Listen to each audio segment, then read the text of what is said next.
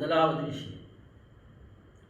ரெண்டாவது, ஒரு விஷயத்தை நல்லா பாடமாக்கி ஏழுண்டா இதை ஓதுங்க, கட்டாயமாக வாழ்க்கையில தாக்கம் நிச்சயமாக உண்டாகும், பிரதிபலிப்பு வாழ்க்கையில கட்டாயமாக உண்டாகும்.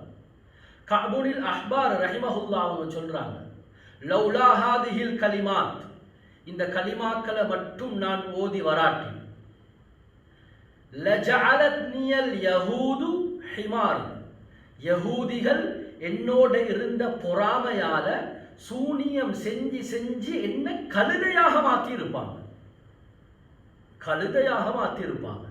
அந்த அளவுக்கு பயங்கரமான ஒன்றுதான் சூனியம். அப்ப நாங்க கேட்டோம், அது என்ன கலிமாத்துகள், என்னத்தை ஓதி வந்தீங்க? சொன்னாங்க அஊது பிவஜ்ஹில்லாஹில் அஸீம் அல்லதி லைஸ ஷைஉன் அஅஸம மின்ஹு وبكلمات الله التامات التي لا يجاوزهن بر ولا فاجر وبأسماء الله الحسنى كلها ما علمت منها وما لم أعلم من شر ما خلق وبرأ وزرأ என்ற ஆயத்தை நான் முழுமையாக ஓதி வந்தேன்.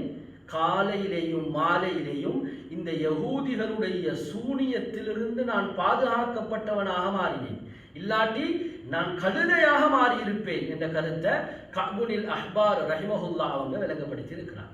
எனவே இதை அரபி தெரிஞ்சவங்க தெரியாதவங்கள்ட்ட எழுதி, தெரியாதவங்களுக்கு எழுதி கொடுத்து, தெரியாதவங்க தெரிஞ்சவங்கள்ட்ட நாங்கள் இதை முழுமையாக எழுதி நாங்கள் இதை பாடமாக்கி ஓதக்கூடிய நேரத்தில் சூனியத்துடைய தாக்கம் வாழ்க்கையில் உண்டாக்க மாட்டுச்சு.